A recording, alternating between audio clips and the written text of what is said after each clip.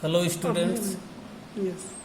Hello students, online classes में आपका स्वागत है।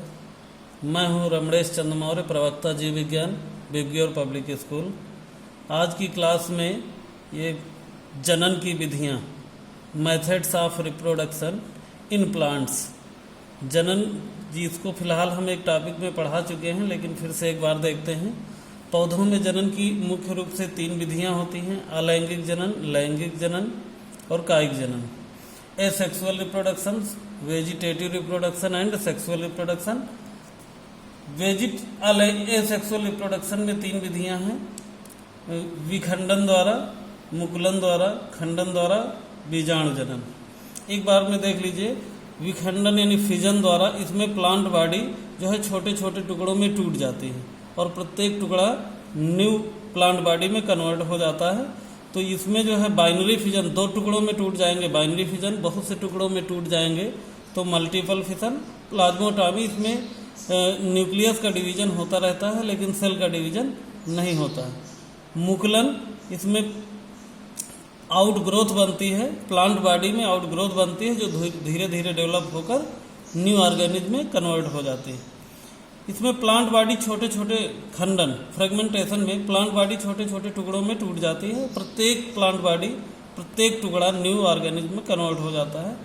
और बीजाणु जनन, स्पोरुलेशन, इसमें जो है स्पोर लाइक स्ट्रक्चर बनते हैं जो न्यू ऑर्गेनिज्म में कन्वर्ट हो जाते हैं। वेजिटेटिव रिप्रोडक्शन, वेजिटेटिव रिप्रोडक्शन में प्लांट बॉडी एक ही होती है और ये भी एसेक्सुअल रिप्रोडक्शन का ही पार्ट होता है। मोस्टली ये भी जो है प्लांट में ही ये विधि यूज होती है। वेजिटेटिव रिप्रोडक्शन मोस्टली 2 विधियों से होता है: नेचुरल एंड आर्टिफिशियल।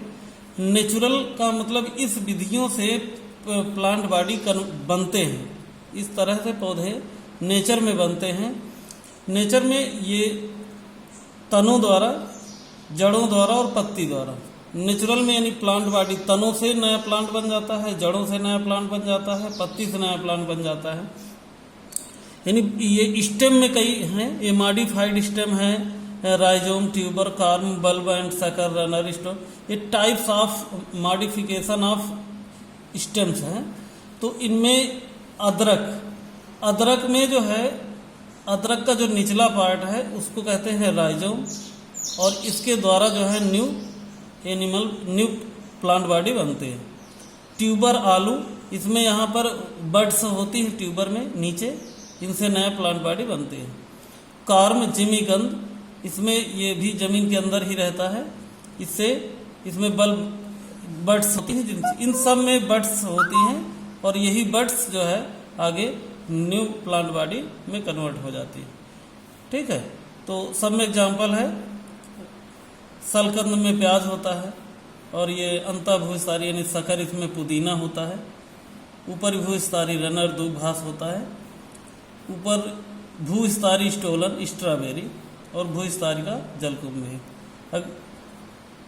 जड़ों द्वारा, जड़ों में इसमें जड़ को काट कर लगा देते हैं तो नया प्लांट बन जाता है, और जैसे इसमें भी पुदीना है।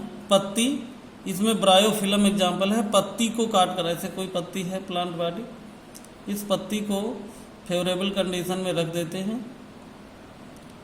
हैं तो प्रत्येक यहाँ कार्नर से नया प्लांट बन जाता है, जैसे ब्रायोफिलम।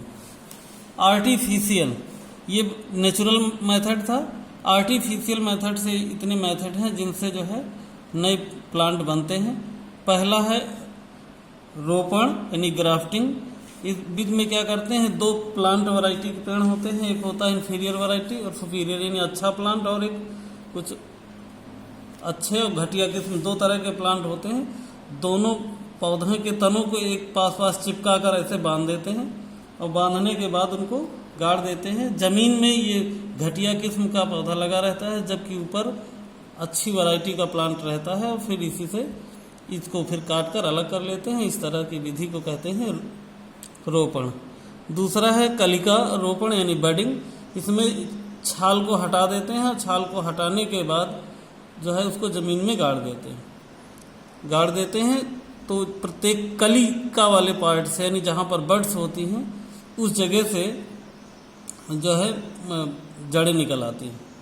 फिर है कलम लगाना। इसको सिंपल रूप से मालूम है कि इसमें 25-30 सेंटीमीटर लंबी जो है डाल ले लेते हैं और उस डाल को काट कर और नीचे का ही पोर्शन तिरछा कर देते हैं, काट कर ज़मीन में गाड़ देते हैं और गाड़ने के बाद 1 हफ्ते बाद लगभग उसमें शाखाएं निकल आती हैं और फिर उनको अलग अलग गाड़ कर जो है तैयार कर लेते हैं।